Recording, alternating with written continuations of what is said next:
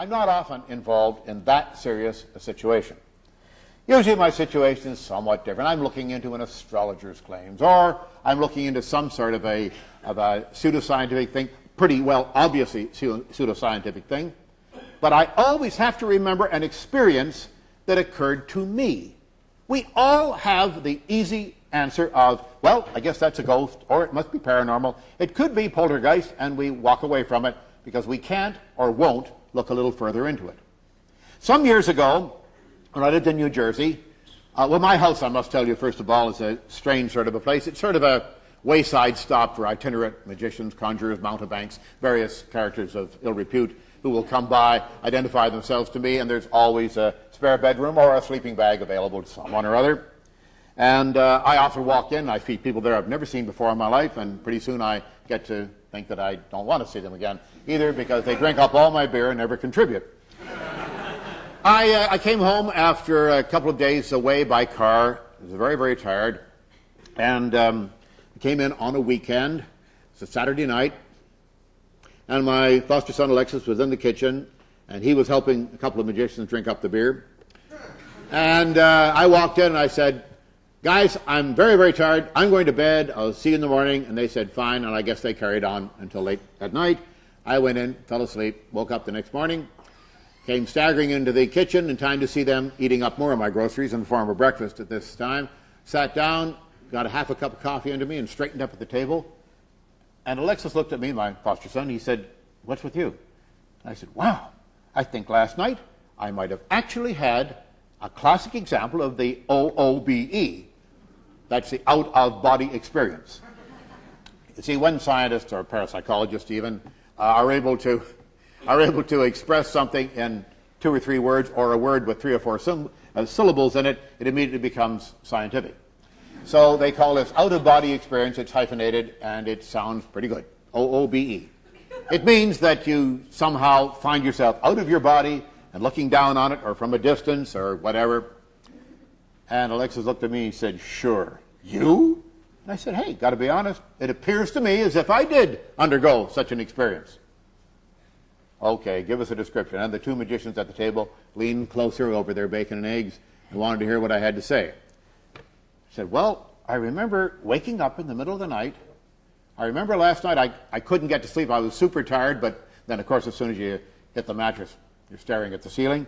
And that happened to me, so I turned on the television receiver, and it had some program or other on it, and it went on and on and on, and I guess I fell asleep. And I remember waking up in the middle of the night, and I felt that I was in a position like this, spread-eagled against the ceiling of my bedroom, and I'm looking down at this bed, rather large bed. I thrash around a lot at night, and Alice, who was my black cat at that time, of course, was curled up in the middle of the bed, so that I had to be way over at one side, and I was way over at one side, trying not to disturb the cat. Of course, you wouldn't dare do that.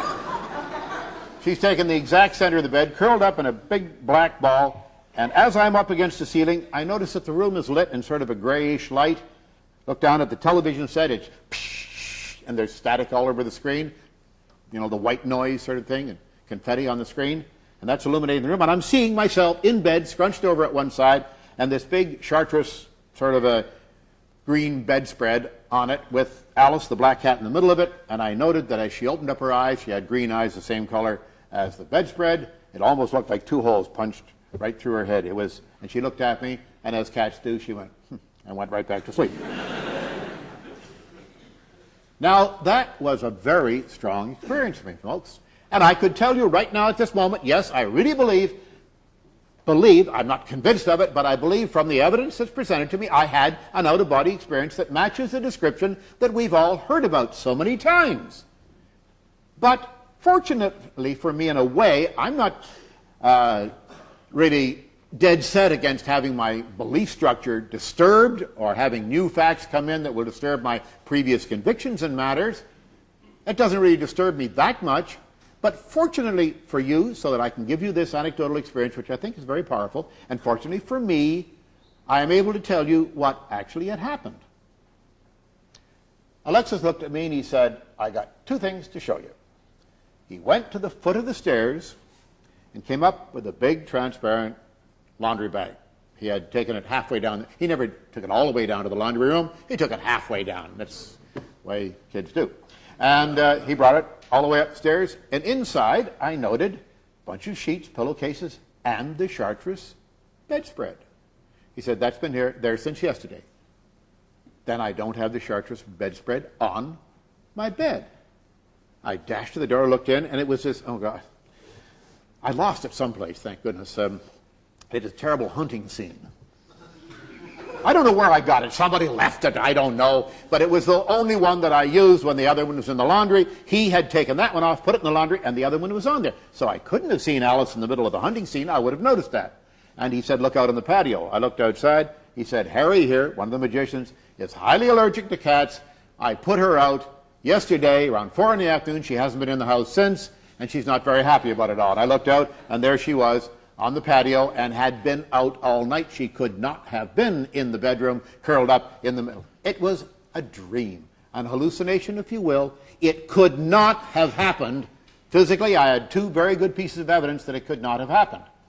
Now, that's important, folks, in that if I did not have either one or both of those pieces of evidence, I would now have to say to you, to the best of my knowledge, I had an out-of-body experience. But all the other out-of-body experiences we hear of, we have to wonder now. Those folks are not quite as skeptical about the subject as I am in most cases. If they don't have some convincing evidence to the contrary, what's to stop them from saying, I'm absolutely certain I've had an out-of-body experience, because there is no other explanation for it except the possible and rather parsimonious conclusion that they were either dreaming or had some sort of an hallucination, whatever. It might have been a bad pork chop for all we know. Now, I ask you to consider that carefully, and please don't forget it, because it is a good example of how even the arch skeptic could possibly have been taken in. For more of James Randi and the Educational Foundation, make sure you visit randi.org.